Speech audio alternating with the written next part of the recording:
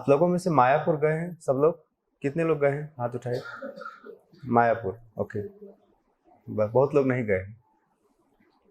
मायापुर हमारी संस्था का अंतर्राष्ट्रीय मुख्यालय जैसा है, इंटरनेशनल हेडक्वार्टर। पश्चिम बंगाल के नदिया जिले में पड़ता है और चैतन्य महाप्रभु की जन्मस्थली भी है। वहाँ पर 1972 में जब प्रभुपाद जी इस पृथ्वी से 77 में अपनी लीला समेट करके भगवत धाम गए, 72 में अमेरिकी सेना का एक ऑफिसर मायापुर आता है 72 में, सन 72 में। और किस लिए आता है पता है? शांति की खोज में आता है। वो भारत आया था और भारत में कई जगह पर वो शांति की खोज कर रहा था। आप लोग कभी शांति की खोज के लिए निकले हैं घर से? कभी निकलते हैं? आज शांति खोजने जाना है? हाँ, कई बार लोग निकलते हैं। तो शांति बाहर कहीं नहीं है, शांति आपके अंदर ही है। उसको खोजने की जरूरत नहीं, बल्कि उसको पहचानने की जरूरत है और उसको जगाने की जरूरत है। आज के श्लोक का सबसे मूल भाव यही है कि जिसके जीवन में शांति नहीं है उसके जीवन में सुख नहीं है। शांति फाउंडेशन है जिसके ऊपर सुख खड़ा होता है। तो शांति जिसके जीवन में नहीं है उसके जीवन में सुख टिक नहीं सकता है। 1972 में अमेरिकी सेना का एक ऑफिसर मायापुर में आता है और उसको यह पता चलता है कि मायापुर आज जैसा है वैसा नहीं था। बिल्कुल धान के खेत से चारों तरफ छोटा सा गांव था और घास की झोपड़ी थी। उसमें प्रभुपाद जी ठहरे हुए थे, कुछ अपने विदेशी शिष्यों के साथ में। उसमें यूरोपियन और अमेरिकन थे। जब उस ऑफिसर को पता चलता है कि यहाँ पर एक ऐसे संत टिके हुए हैं जिनके पास जाने से शांति मिलती है, एक बात उसको पता चली किसी के द्वारा, और यह पता चली कि एक ऐसे गुरु हैं जो हमारे किसी भी प्रश्न का उत्तर दे सकते हैं। उसका नाम आप में से कोई बता सकता है जो गए वहां पे? उस ऑफिसर का नाम क्या था? कोई भी नहीं। उस ऑफिसर का नाम था बॉब कोहेन। क्या नाम था? Bob Cohen. Bob Cohen Prabhupada ji के चरणों में ढूंढते ढूंढते ढूंढते पहुंच ही जाता है और उससे बातचीत भी करता है कि मैं अमेरिका से आया हूँ। यूएस आर्मी में वो ऑफिसर था और शांति की खोज में भारत आया था। और शांति की खोज उसको आकर के एक ऐसे गुरु के चरणों में ला करके खड़ा कर देती है जो उसे वास्तव में शांति दे सकते थे और उसके किसी भी प्रश्न का उत्तर देने में सक्षम थे। वही बॉब कोहेन जब प्रश्न करता है और प्रभुपाद जी उसका उत्तर देते हैं तो शिष्यों ने उसकी बात को रिकॉर्ड कर लिया। तो बॉब कोहेन के प्रश्न और प्रभुपाद जी के उत्तर जा करके आगे चल करके एक पुस्तक के रूप में प्रकाशित की गई। उस पुस्तक का नाम क्या है बता सकता है कोई? पूर्ण प्रश्न पूर्ण उत्तर। वहां मिलती है काउंटर पे। जिसने नहीं पढ़ा है उसको आज ही खरीद लेना चाहिए और एक तरफ से एक तरफ पढ़ लेना चाहिए इसको। इस्कॉन में आने से पहले मैंने इस पुस्तक को पढ़ा था। जब मैं इस्कॉन में नहीं था तब मैंने इस पुस्तक को पढ़ा था। इसको पढ़कर ही मैं इस्कॉन में आया था। आप समझिए पुस्तक कितनी महत्वपूर्ण है, किसी के भी जीवन में बदलाव ला सकती है। उस पुस्तक में बॉब कोहेन जो प्रश्न उठाते हैं और प्रभुपाद जी जिस तरीके से उनका उत्तर देते हैं, ऐसा नहीं कि कोई तैयारी करके उत्तर देते हैं, उसकी तरफ से प्रश्न आ रहे हैं, इधर से प्रभुपाद जी उत्तर दे रहे हैं।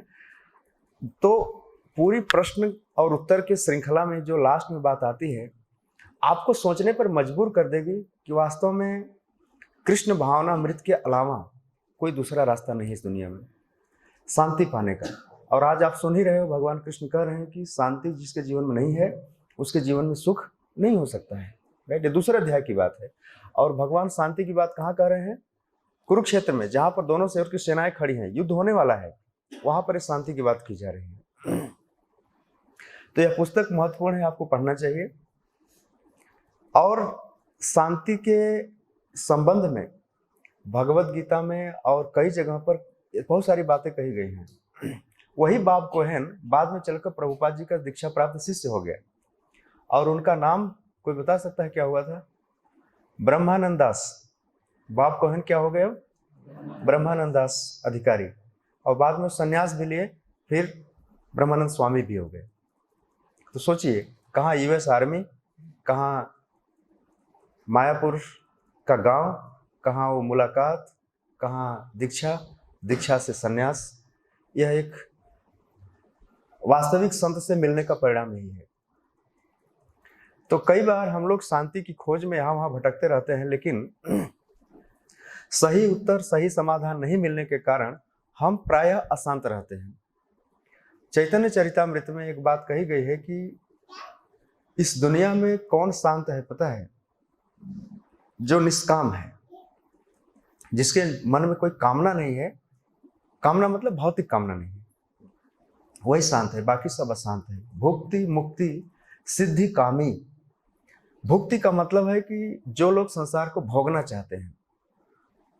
मुक्ति का मतलब जो लोग मुक्त होना चाहते हैं। सिद्धि कामी का अर्थ है जो लोग सिद्धि पाना चाहते हैं। तो दुनिया में कई प्रकार के लोग हैं। कुछ लोग हैं जो संसार के भोगों को पाने के लिए मेहनत कर रहे हैं, वो लोग भुक्ति कहे जाते हैं।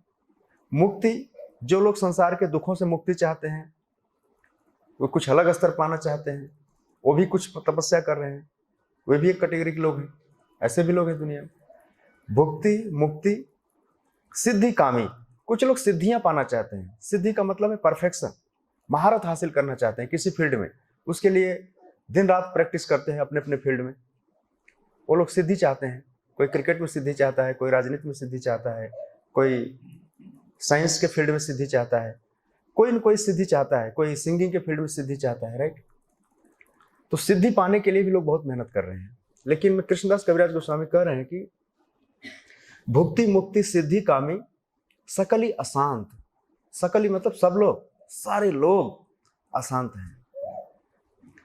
यह एक बहुत बड़ा भक्त कह रहा है, कृष्णदास कविराज गोस्वामी कह रहे हैं, जिनको संसार के रोगों का पता है। वो कह रहे हैं सकली अशांत, सब लोग अशांत हैं। कृष्ण भक्त निष्काम, कृष्ण भक्त जो है वह निष्काम है, अतएव शांत, वह शांत हो सकता है। अब प्रश्न उठता है कि क्या जो कृष्ण भक्त होता है वह भोगों की कामना नहीं करता, मुक्ति की कामना नहीं करता, सिद्धियां नहीं पाना चाहता? बिल्कुल नहीं पाना चाहता। एक बार पुणे में एक लड़का इंजीनियरिंग टॉप किया था अपने कॉलेज में, पूरे स्टेट में सबसे टॉप रैंक में था। उसने अभी कुछ महीने पहले, उसका इंटरव्यू में पढ़ रहा था कि उसने कहा कि जब मेरे हाथ में सर्टिफिकेट थी कि मैं महाराष्ट्र का टॉपर हूं, बोला मेरे मन में जरा सा भी खुशी नहीं थी।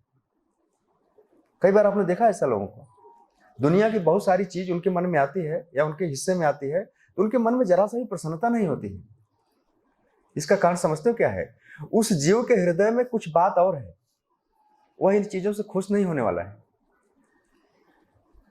आज ही मैं एक जगह पत्रिका में पढ़ रहा था कि आपको पता होगा कि लज्जा, समझते हो ना लज्जा किसको कहते हैं? इसको उर्दू में कहते हैं शर्म आना, अंग्रेजी में कहते हैं शर्म आना होता है। जैसे मान लो कि शर्म वाली स्थिति कब आती है पता है? लज्जा कब लगती है? कैसे समझेंगे कि मनुष्य को लज्जा आ रही है या शर्म आ रही है? जैसे होना चाहिए कुछ और ठीक उसके उल्टा हो जाए, जो नहीं होना चाहिए वो हो जाए, और जो होना चाहिए वो बिल्कुल नहीं हो, तो ऐसी स्थिति को क्या कहते हैं?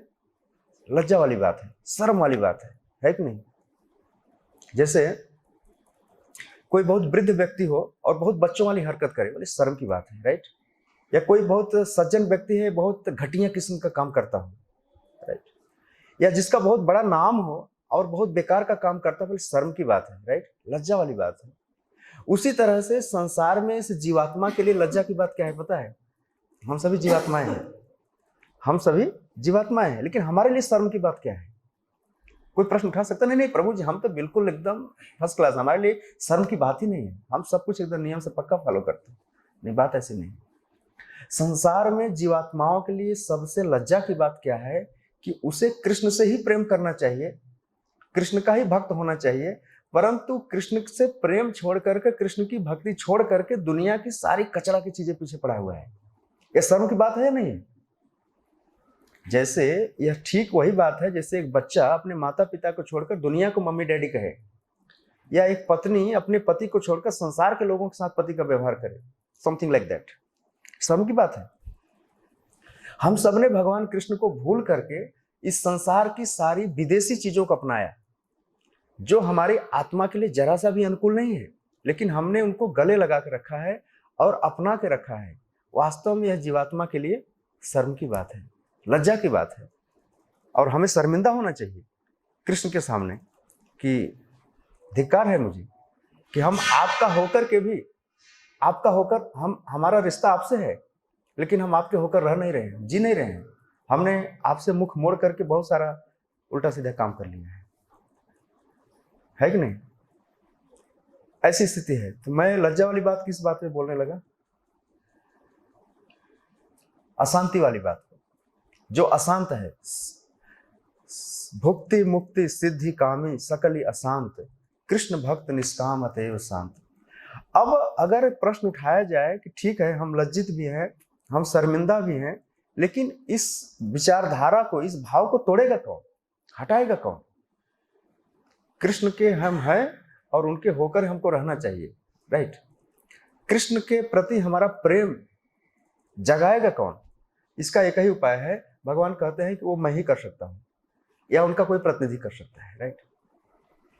काउंसलिंग वाली बात है, समझाने वाली बात है। कौन हमको समझाएगा, कौन काउंसलिंग करेगा?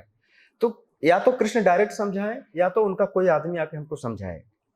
जैसे ये जो क्रिमिनल होते हैं ना, टेररिस्ट होते हैं, इनको समझाने के लिए भी काउंसलर होते हैं। इनको समझाया जाता है, तब जाके ये मुख्य धारा में आते हैं, सरेंडर करते हैं।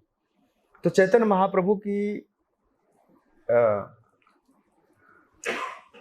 जन्मोत्सव आ रहा है 25 मार्च को, गौर पूर्णिमा के रूप में। तो चैतन्य महाप्रभु इतने दयालु हैं कि वे किसी भी जीव को बिना किसी कंडीशन के अपने आप स्वीकार कर लेते हैं, राइट? जैसे हम लोग यहाँ बैठे हुए हैं, तो वास्तव में हमारे मन में यह भाव है कि हम कृष्ण की ओर लौटना चाहते हैं। हमारे मन में कैसी इच्छा है कि हम कृष्ण की ओर लौट जाएं, पूरी तरह से लौट जाएं, 100% उनकी तरफ उन्मुख हो जाए। यह इस बात का प्रमाण है कि हम लोग थोड़ा थोड़ा जप कर रहे हैं, राइट? तो जब तक हम भगवान की बातों में पूरी तरह से कन्विंस्ड नहीं हो जाते, पूरी तरह से आश्वस्त नहीं हो जाते कि वास्तव में जो मार्ग आपने बताया है वही हमारे लिए इज्जत वाली मार्ग है, बाकी इसके विपरीत जितना भी मार्ग है वह सब हमारे लिए हानिकारक है। तो आज के इस श्लोक में भगवान ने जिस बात को यहाँ पर कहने का प्रयास किया है, 2-3 बातों में हम इसको समझते हैं और आज की चर्चा को आगे बढ़ा रहे हैं। मूल बात यह है कि जो अशांत वाली अवस्था होती है, जैसे आपने पानी देखा है, पानी जब शांत होता है तो आप पूरा नीचे तक देख सकते हैं, लेकिन जैसे वो डिस्टर्ब होता है तो आप कुछ भी नहीं देख सकते हैं। उसी तरह जो शांति है, यह हमारे मन का एक भाव है, हमारे चित्त की एक अवस्था है। हमारा मन, कई बार लोग बोलते हैं ना, मन बड़ा अशांत है, चित्त बड़ा डिस्टर्ब है, माइंड बड़ा डिस्टर्ब है, चित्त जो है स्थिर नहीं है। तो यहाँ पर मन और बुद्धि दोनों की बात भगवान ने कहा है। जिसका मन स्थिर नहीं है और जिसकी बुद्धि स्थिर नहीं है, ऐसे व्यक्ति को शांति हो नहीं सकती, और जिसको शांति नहीं हो सकती उसको सुख भी नहीं हो सकता। अशांत से कुतः सुखम, अशांत वाले व्यक्ति को सुख कहाँ है, अर्थात कहीं नहीं है। तो चलिए प्रारंभ करते हैं। भगवान कहते हैं पहले श्लोक की पहली लाइन में कि ना अस्ति, लिखा नास्ति, न अस्ति, नहीं है, अस्ति मतलब है, न मतलब नहीं, नहीं है बुद्धि, जिसकी बुद्धि नहीं है, अयुक्तस्य, जिस युक्त मतलब समझते हैं, युक्त का अर्थ मतलब जुड़ा हुआ, जिसकी बुद्धि जुड़ी हुई नहीं है। अब प्रश्न उठता है, ये पहली लाइन है, पहली शिक्षा है, संबंधित नहीं है, युक्त नहीं है, कनेक्टेड नहीं है। जिस व्यक्ति की बुद्धि, और यहाँ बुद्धि का मतलब श्रील प्रभुपाद जी लिख रहे हैं कि दिव्य बुद्धि, बुद्धि का मतलब साधारण बुद्धि नहीं, दिव्य बुद्धि। तो पहली पॉइंट यही है कि जिसकी बुद्धि भगवान से जुड़ी नहीं है, यह पहला वाक्य है इसमें। और यह भगवान से नहीं जुड़ी है, तो एक बात की संभावना है, जिस व्यक्ति की बुद्धि भगवान से नहीं जुड़ी है, युक्त नहीं है, अयुक्त है, उसकी बुद्धि स्थिर नहीं हो सकती, उसकी बुद्धि में स्थिरता नहीं आती। तो अब यह तो प्रमाणित हो गया कि वर्तमान अवस्था में हमारी बुद्धि जो है भगवान से युक्त नहीं है, हम सारे अयुक्त हैं। न अस्ति बुद्धि अयुक्तस्य, जिसकी बुद्धि भगवान से या परमेश्वर से युक्त नहीं है, या उनसे संबंधित नहीं है, या उनसे जुड़ी नहीं है। तो इस विषय में जो युक्त और अयुक्त की बात है, इसको हम थोड़ा और क्लियर करते हैं कि युक्त का मतलब जुड़ना होता है, और अयुक्त का मतलब दूर होना होता है, कट जाना होता है, उससे असावधान हो जाना होता है। तो समझिए कि भगवत गीता में 10वें अध्याय के 10वें श्लोक में भगवान एक बात कह रहे हैं, उसको थोड़ा पढ़ते हैं क्या लिखा है इसमें। 10वें अध्याय का 10वां श्लोक।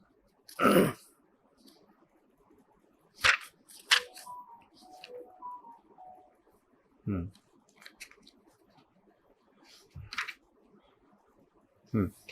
10वें अध्याय के 10वें श्लोक में भगवान कृष्ण कह रहे हैं कि जो प्रेम पूर्वक मेरी सेवा करने में निरंतर लगे रहते हैं उन्हें मैं ज्ञान प्रदान करता हूं, जिसके द्वारा वे मुझ तक आ सकते हैं। ददामि बुद्धि योगम थे, यहां बुद्धि की बात कर रहे हैं कि जब जीव प्रेम पूर्वक, दबाव बस नहीं, प्रेम पूर्वक भगवान की सेवा निरंतर करता है, तभी भगवान उसको ऐसी बुद्धि देते हैं कि वह उनसे वापस आ सके। तो बुद्धि का कहते हैं, कई बार भगवान बुद्धि बांटते हैं, लेकिन भगवान उसी व्यक्ति को दिव्य बुद्धि देते हैं जो उनकी सेवा में निरंतर लगा रहता है। और उस बुद्धि के द्वारा क्या करता है, फिर वो एन माम उपयांति थे, वह मुझे मेरे पास तक पहुंच जाता है उसी बुद्धि के सहारे। हम अपनी भौतिक बुद्धि के सहारे तो भगवान से दूर ही हो जाएंगे, लेकिन भगवान एक शर्त रख रहे हैं कि जो जीव प्रेम पूर्वक तेसाम सतत युक्तानाम भजताम प्रीति पूर्वकम, प्रीति पूर्वक जो भगवान का भजन करता है उसको मैं ऐसी बुद्धि देता हूं, ददामी बुद्धि योगम तम, उसको एन, जिसके द्वारा माम मुझ तक उपयांति ते, वे वापस आ जाते हैं। अब हम 66वां श्लोक पढ़ रहे हैं। इसके पहले 64वें श्लोक भगवान ने बुद्धि की बात कही है यहाँ पे।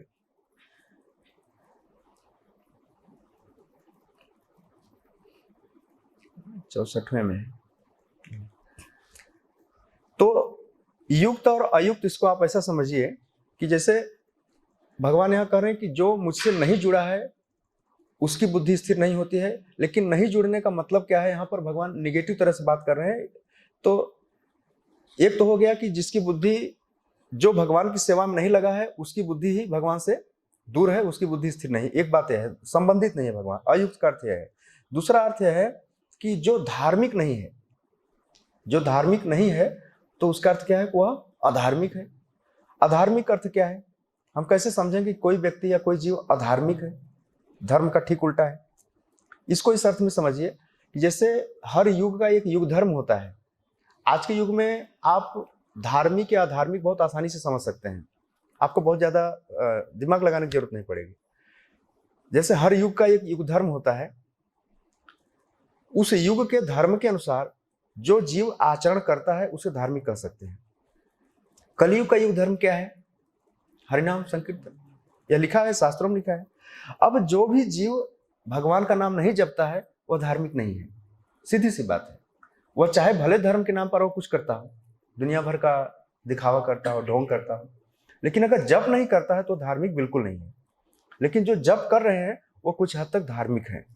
तो धार्मिक आप देख सकते हैं कि बहुत सारे लोग धार्मिक नहीं है। जप करने वाले कितने लोग हैं, आप अपनी सोसाइटी में या परिवार में सब जगह देखिए, बहुत कम है उनकी संख्या। तो युग धर्म के अनुसार भी उनके रास्ते पर चलने वाले बहुत कम लोग हैं, इसलिए शांत भी बहुत कम लोग हैं। अशांत लोगों की संख्या ज्यादा है। इसीलिए जैसे ही कोई व्यक्ति अशांत होता है तो उसको पहला एडवाइस क्या किया जाता है, पहली सलाह क्या दी जाती है कि माला पकड़ो और जप करो, हरे कृष्णा कृष्णा कृष्णा हरे हरे, हरे राम। तो इस युग में जो यज्ञ किया जाता है वह किस रूप में किया जाता है, यज्ञ संकीर्तन प्रायः। जो यज्ञ का अर्थ विष्णु, और यज्ञ का अर्थ विष्णु को प्रसन्न करना। जब तक जीव यज्ञ नहीं करता और विष्णु को प्रसन्न नहीं करता तब तक शांति की कोई संभावना नहीं है। श्रीमद् भागवत के 11वें स्कंध के 5वें अध्याय के 32वें श्लोक में महाराज निमि के यज्ञ में नवयोगेंद्र इस धर्म की चर्चा कर रहे हैं। त्रेता की बात है, त्रेता युग में बात कही जा रही है कलयुग की। कलयुग में जीव कैसे शांति को प्राप्त होगा, कलयुग में जीव कैसे युग धर्म का पालन करेगा। बिल्कुल सीधा टेस्ट यही है। जिस जीव को अगर भगवान नाम में रुचि नहीं है या भगवान नाम को नहीं समझता है तो समझिए को धार्मिक हो ही नहीं सकता। यह पहला टेस्ट है। यज्ञ संकीर्तन प्रायः यजंत ही सुमेधस। सुमेधा का अर्थ होता है बुद्धि, सुमेध का अर्थ होता है जिनकी बुद्धि सुंदर है, वेल इंटेलिजेंस, जिनके इंटेलिजेंस जो है वेल डिफाइंड है, जिनकी सुंदर मेधा है, ऐसे लोग क्या करेंगे, यज्ञ संकीर्तन प्रायः यजंत ही सुमेधसः सांगोपांगास्त्र कृष्ण वर्णम तुषा कृष्णम सांगोपांगास्त्र पार्षदम यज्ञ संकीर्तन प्रायर यजंत ही सुमेधसः।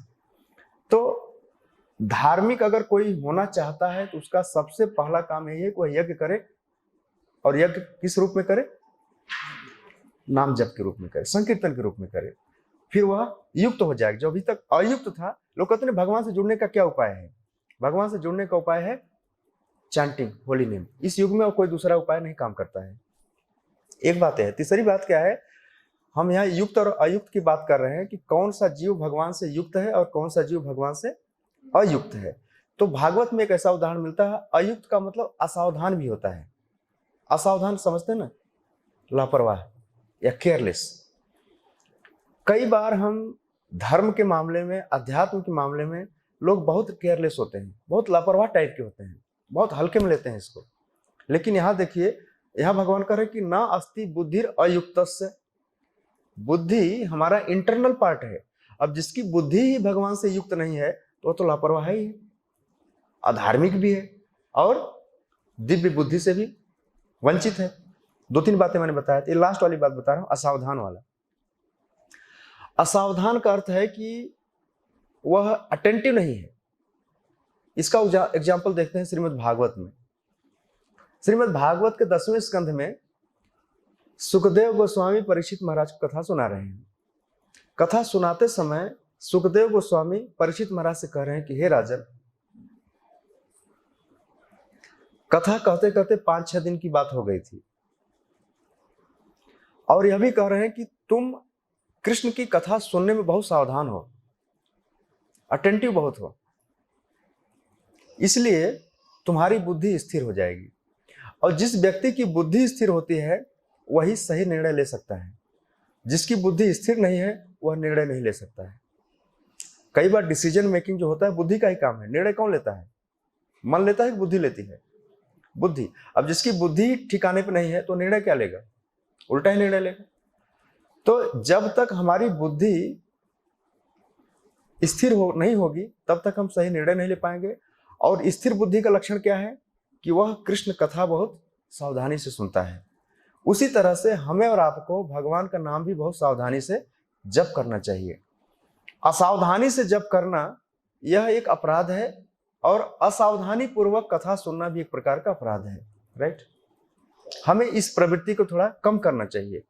सावधानी पूर्वक जप करने से जो लाभ मिलता है और सावधानी पूर्वक कृष्ण कथा सुनने से जो लाभ मिलता है, क्या है? बुद्धि स्थिर हो जाती है। आप ठीक से 16 माला अच्छे से जप कीजिए, आपकी बुद्धि अच्छा निर्णय लेगी, सुमेधसः। और सिर्फ माला फेरिए और टाइम पास करके काउंट करके गिन दीजिए, उसका रिजल्ट कुछ और होगा।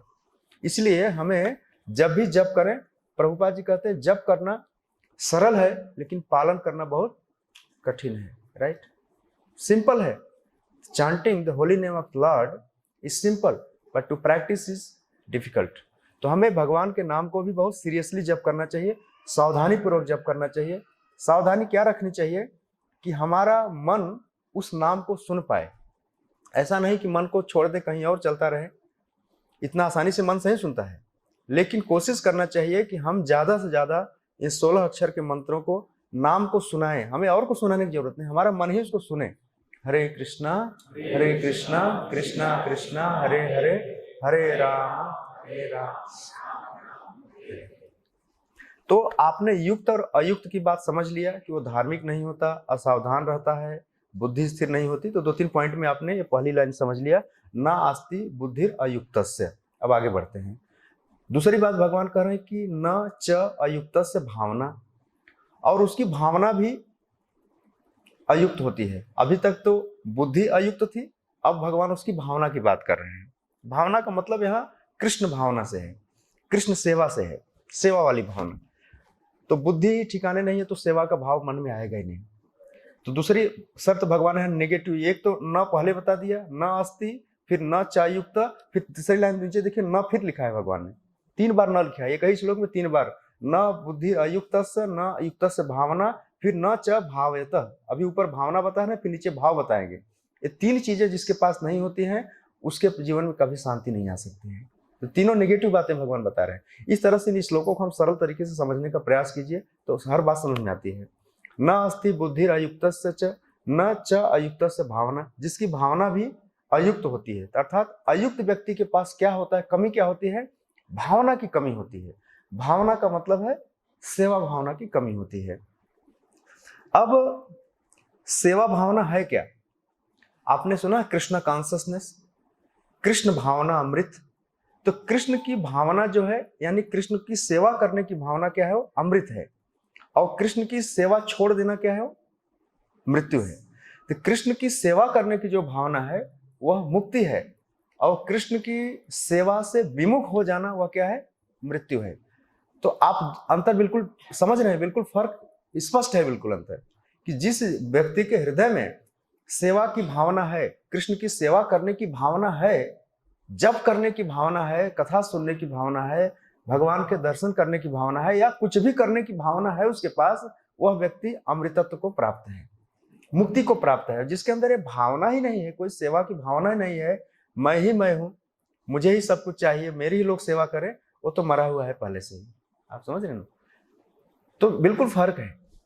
तो बिल्कुल हमको कई बार हमारे मन में भी ऐसा आता है, जब करने का मन नहीं कर रहा है, राइट? ऐसा होता है, आज कथा भी सुनने का मन नहीं कर रहा है, आज दर्शन करने की भी इच्छा नहीं हो रही है। तो यह इस बात का प्रमाण है कि हम सब के अंदर सेवा की भावना का नितांत अभाव है। और यह सेवा भावना का भाव कहाँ से आया? कि हमारी बुद्धि चूंकि कट गई है भगवान से, अयुक्त है, असावधान है, अधार्मिक है। तो मामला बुद्धि से चला है, बुद्धि के पहले भी इंद्रियों से चला है, इंद्रियों के पहले दूसरा बात है, भगवान पहले से सारी बातें कर रहे हैं और आज हम यहाँ तक पहुंच गए हैं। तो कृष्ण की सेवा करने में जो पहला आइटम है वो क्या है? आप कहेंगे कि हम अपने घर में रह करके यहाँ बैठकर कृष्ण की सेवा कैसे करें?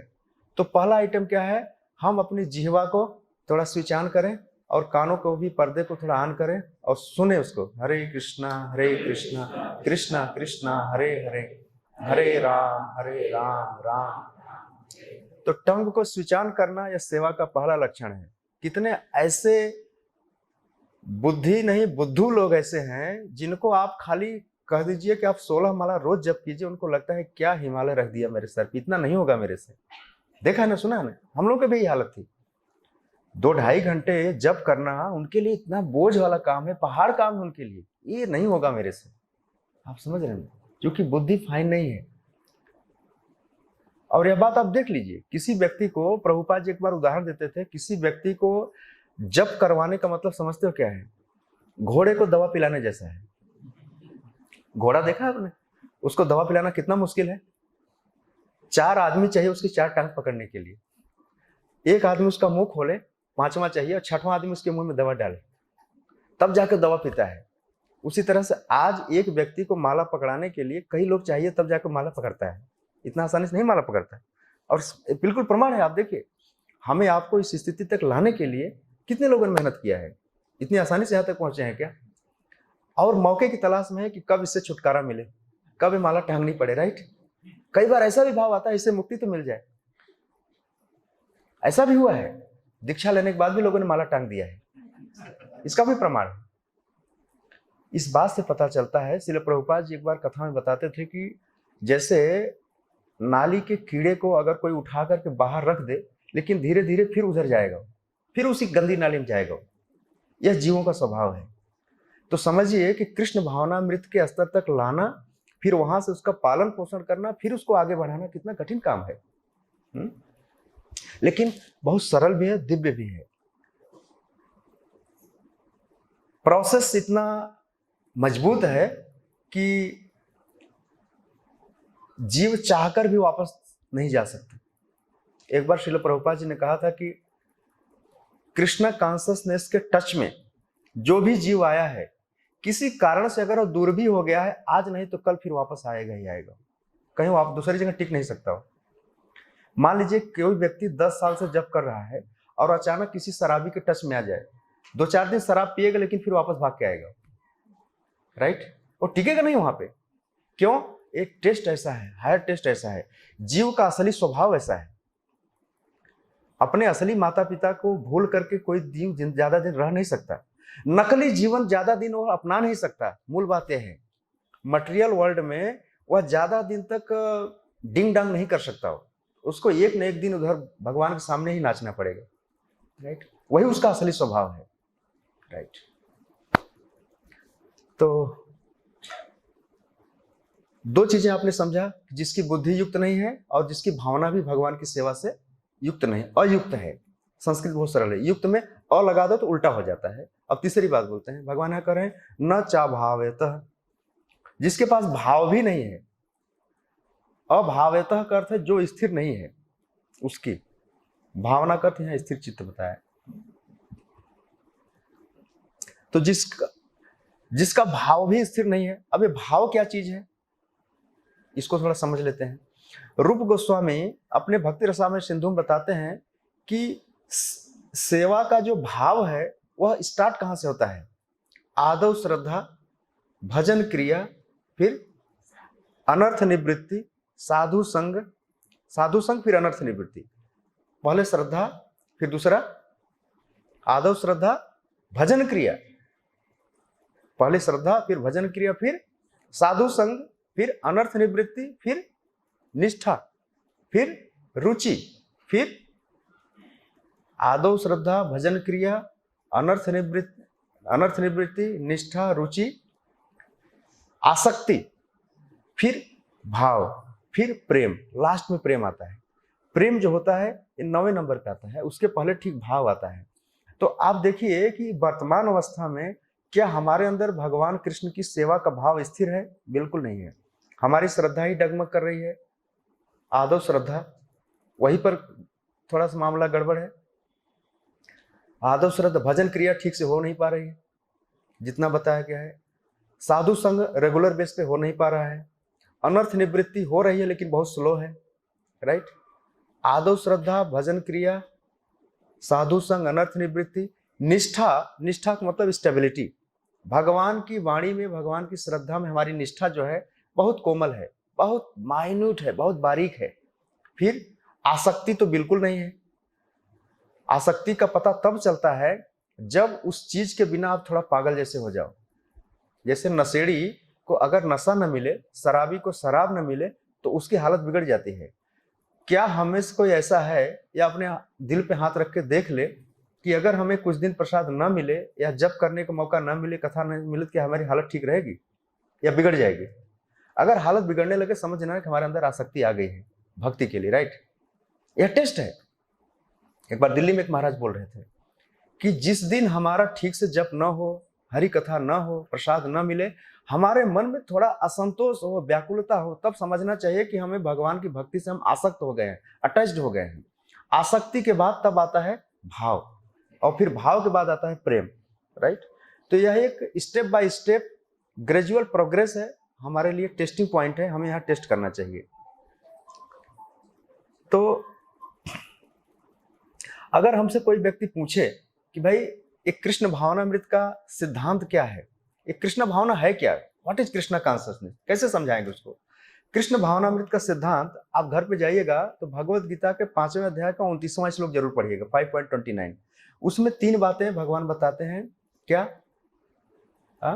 भोक्तारम यज्ञ तपसाम सर्वलोक महेश्वरम सुहृदम सर्वभूतानां ज्ञात्वा माम शांतिम रिक्षति। वहां भी भगवान ने शांति शब्द का प्रयोग किया है। इस 5.29 पर प्रभुपाद जी ने बहुत लेक्चर दिया है, सब जगह लेक्चर दिया है। 5वें अध्याय का 29वां श्लोक हम सबको मालूम होना चाहिए, खाली नंबर बताने से वो श्लोक दिमाग में आ जाना चाहिए। कृष्ण भावनामृत का सिद्धांत 3 बातों पर टिका है। पहली बात क्या है कि भगवान जो है सुप्रीम भोक्ता है। भोक्तारम यज्ञ तपसाम, दुनिया में जितने भी यज्ञ हो रहे हैं, जितनी भी लोग तपस्या कर रहे हैं, इनका जो सारा कलेक्टिव फल है उसके सारे भोक्ता कौन है? यानी सारा फल किसको जाना चाहिए, किसकी ट्रेजरी में जमा होना चाहिए? भगवान कृष्ण को। यज्ञ का भोक्ता, फल का भोक्ता हम नहीं है, कृष्ण है। यह कृष्ण भावनामृत का पहला सिद्धांत है। दूसरा सिद्धांत क्या है? सर्वलोक महेश्वरम, भगवान कृष्ण ही सभी लोगों के कंट्रोलर हैं, स्वामी हैं। यह दूसरी बात है। तीसरी बात क्या है? सुहृदम सर्वभूतानाम, भगवान कृष्ण ही सभी जीवों के सुहृद हैं। सभी जीवों का मतलब समझ रही, सभी जीव, 84 लाख योनि, सारे जीवों के असली मित्र कौन है? भगवान कृष्ण है। यही 3 बात जो समझ लेता है, सुहृदम सर्वभूतानाम शांतिम रिक्षति, वह व्यक्ति शांति को प्राप्त हो जाता है। और यहाँ भगवान कह रहे हैं जिसको शांति नहीं है वह सुखी नहीं है। तो 3 बात समझने में, एक टेक्निकल पॉइंट हमको समझ लेना चाहिए। प्रभुपाद जी ने कहा कि जैसे मान लीजिए कोई व्यक्ति बीमार है और डॉक्टर उसको बोलता है कि अमुक अमुक दवा लो, ठीक हो जाओगे, तो उसके मन में प्रसन्नता कब आएगी? जब वो ठीक होगा तभी। लेकिन ठीक होने के लिए दवाओं का लेना बहुत जरूरी है और नियम का पालन करना जरूरी है। हॉस्पिटल का मतलब ही होता है कि अधिकांश लोग ठीक होके ही आते हैं, बहुत कम लोग ही मरते हैं, बहुत कम ही लोग फेल होते हैं वहां पे। उसी तरह से प्रभुपाद जी कहते थे कृष्णा कॉन्शसनेस जो है यह एक मेडिसिन प्रोसेस है। इसमें आप दवा लोगे, नियम का पालन करोगे, निश्चित रूप से आप ठीक हो जाओगे। जो व्यक्ति कृष्ण भावना भावित नहीं है वह एक तरह से बीमार अवस्था में है, और जो कृष्ण भावना भावित है वह स्वस्थ अवस्था में है। स्वस्थ अवस्था में वह हैप्पीनेस को फील कर सकता है। एक बार प्रभुपाद जी ने पूछा कि जब क्यों नहीं करते हो? तो उसने कहा कि ठीक हो जाऊंगा तो जब करूंगा। तो प्रभुपाद जी ने कहा तुम्हारा उत्तर ऐसा ही है जैसे कोई डॉक्टर कहे दवा लो तो ठीक हो जाओगे, तो बोलता है नहीं, ठीक हो जाऊंगा तब दवा लूंगा। आपने सुना है कई बार ऐसा लोग बोलते हैं मेरा ये वाला काम हो जाएगा तब जब करूंगा, ऐसा हो जाएगा तब जब करूंगा। किसी भी काम को ठीक करने की पहली कंडीशन है वह कहीं भी रहे, अगर जब नहीं करता है, मेडिसिन नहीं लेता है, तो उसके ठीक होने की कोई गारंटी नहीं, कोई चांस नहीं है। इसलिए जब करना यह आदि श्रद्धा का मामला है, यहां से सारा प्रोसेस स्टार्ट होता है। इसीलिए आपने देखा होगा कि इस्कॉन में या कृष्ण कॉन्शियसनेस मूवमेंट में चारों तरफ बहुत बड़े पैमाने पर, बड़े लेवल पर इसी चैंटिंग को ही प्रमोट किया जाता है। यही असली मेडिसिन है। प्रभुपाद महाप्रभु कह रहे हैं इसी दवा को जो लेगा ठीक से वह मुक्ति को प्राप्त हो जाएगा। तो यहां पर शांत का मतलब है, यहाँ लास्ट वाली बात लिखते हैं इसमें अंतिम श्लोक में, शांति अशांत से, 2 बातें हैं, शांति और शांत। शांत व्यक्ति के पास ही शांति होगी। 2 चीजें हैं ना, शांत और शांति। इसमें लिखा है शांति न चा भावतः शांति अशांत से कुतः सुखम। यहाँ कुतः शब्द का मतलब कहाँ नहीं है, कुतः यहाँ आश्चर्य के रूप में व्यक्त किया गया है। आश्चर्य समझते हो ना, कहाँ सुख हो सकता है? ऐसे इस भाव में है, जिनके पास ये तीनों चीजें नहीं है उसके जीवन में सुख कहाँ हो सकता है। यहाँ कुतः जो है सरप्राइज के रूप में है। तो आपको पता है कि भक्ति में जो है 5 प्रकार के रस होते हैं। रस मतलब समझते हैं कौन सा रस? पीने वाला रस नहीं, जिसको हम पीते हैं, ये भाव का रस है। भक्ति के 5 प्रमुख रस हैं, जिसमें पहला रस क्या है? शांत रस, दास्य रस, सख्य रस, वात्सल्य रस और माधुर्य रस। आपने कई बार फील किया होगा कि जब करने के बाद या भगवान की कथा सुनने के बाद जो सबसे पहला रस हमारे मन में उत्पन्न होता है वो कौन सा रस होता है? शांत रस। शांत रस। उसके बाद शांत रस के बाद नेक्स्ट है दास्य रस। हम भगवान की महानता स्वीकार करके खुद को दास के रूप में प्रेजेंट करते हैं, वो दास्य रस है। दास रस जब थोड़ा और गाढ़ा हो जाता है तब वो फ्रेंडशिप में बदल जाता है, सख्य रस। कई बार लोग शांत रस का अनुभव नहीं करते, शांत रस के धरातल पर नहीं आते, दास रस के धरातल पर नहीं आते, डायरेक्ट भगवान के साथ फ्रेंडशिप करना चाहते हैं, और नहीं पॉसिबल है। यह भी एक साइंस है कैसे स्टेप बाय स्टेप बढ़ता है। सख्य रस, जैसे गोपियां जो है भगवान के साथ सख्य भाव में है, प्रभुपाद जैसे शुद्ध भक्त भगवान के साथ दास्य भाव में है, हमारे जैसे साधक जो है शांत भक्त में, शांत रस में है। वात्सल्य रस यशोदा मैया और कौशल्या का भाव है, राइट। इतना सस्ता नहीं है। कई बार अज्ञानता में भक्ति का जो साइंटिफिक नॉलेज है उसके अभाव में लोग इन रसों को टेस्ट करना चाहते हैं और हो नहीं पाता हो। वात्सल्य रस। और लास्ट में जो है माधुर्य रस। माधुर्य रस यह भगवान के कुछ गिने चुने गोपियों के साथ में होता है, सबके साथ नहीं होता है, राइट।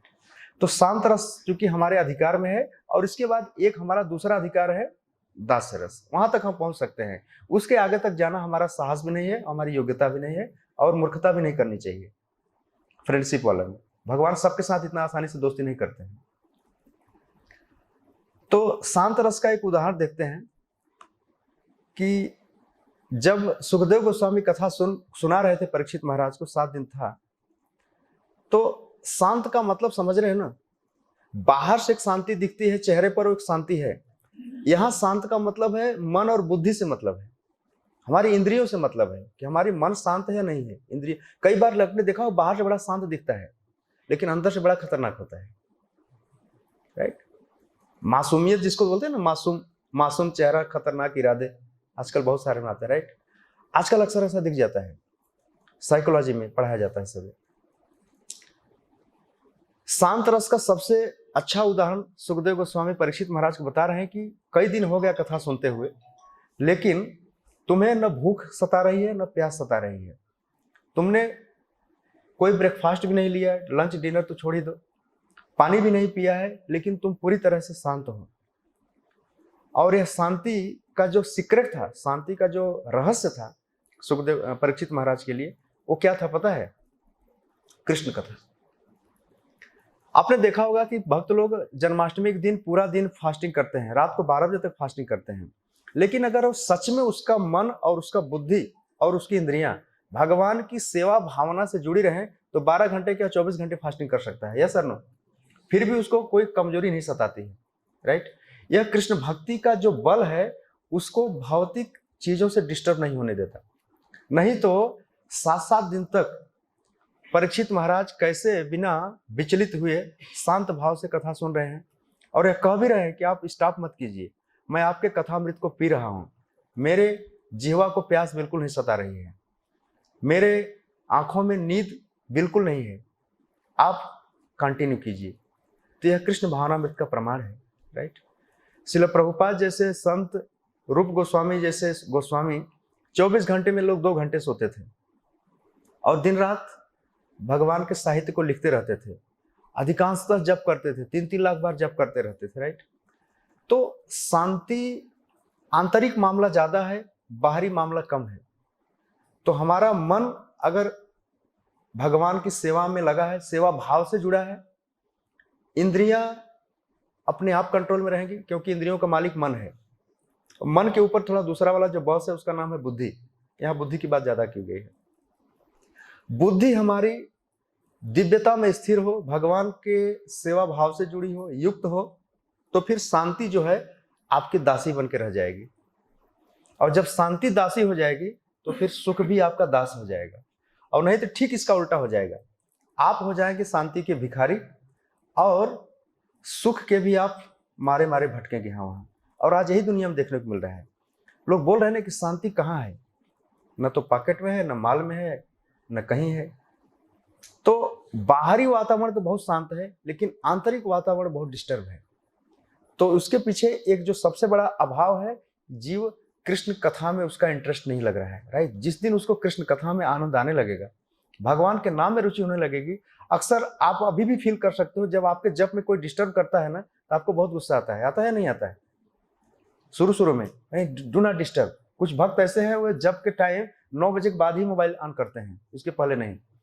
और कुछ ऐसे हैं जो जप करते हुए मोबाइल देखते रहते हैं, राइट। वो वाला मत फॉलो कीजिए। जप करते समय मोबाइल को साइड में ही रखिए और अच्छे से युक्तिपूर्वक बुद्धिपूर्वक भगवान का नाम जपिए। तो कृष्ण के चरणों में आश्रय लेने से शांति पॉसिबल है। एग्जाम्पल के लिए बताया जाए, जैसे 2-3 एग्जाम्पल देख लेते हैं। समय कितना हो गया? 8 बज गया क्या? हाँ, 8 बज गया है। दुर्योधन सारा उपाय कर रहा था लेकिन भगवान के चरणों का आश्रय नहीं लिया था, इसलिए अशांत था। उसके पास सारा था, सुख वैभव था, राज्य था, पूरी पावर थी, सत्ता उसके हाथ में थी, लेकिन दुर्योधन अशांत था। लेकिन दूसरी तरफ प्रहलाद महाराज भगवान के चरणों का आश्रय लेकर भी शांत थे, राइट। तो कुछ ऐसे एग्जाम्पल है। सुदामा भगवान के मित्र हैं, सखा भाव में हैं, फ्रेंडशिप में हैं, लेकिन सुदामा के पास बाहरी तौर पर कुछ नहीं था, फिर भी शांत थे। और शांत जो है वही सुखी है, अशांत व्यक्ति नहीं सुखी हो सकता। उस टाइम में अपनी सुदामा से ज्यादा धनी रहे होंगे लेकिन भगवान से नहीं जुड़े थे इसलिए अशांत रहे होंगे। इसी तरह से भागवत के 11वें स्कंद में एक श्रुतदेव ब्राह्मण की कथा आती है कि श्रुतदेव ब्राह्मण के पास सांसारिक चीजों का बहुत अभाव था लेकिन उनके पास आध्यात्मिक धन बहुत था, इसलिए वो सुखी थे। एक एग्जाम्पल लास्ट में आपको देकर बंद करता हूं।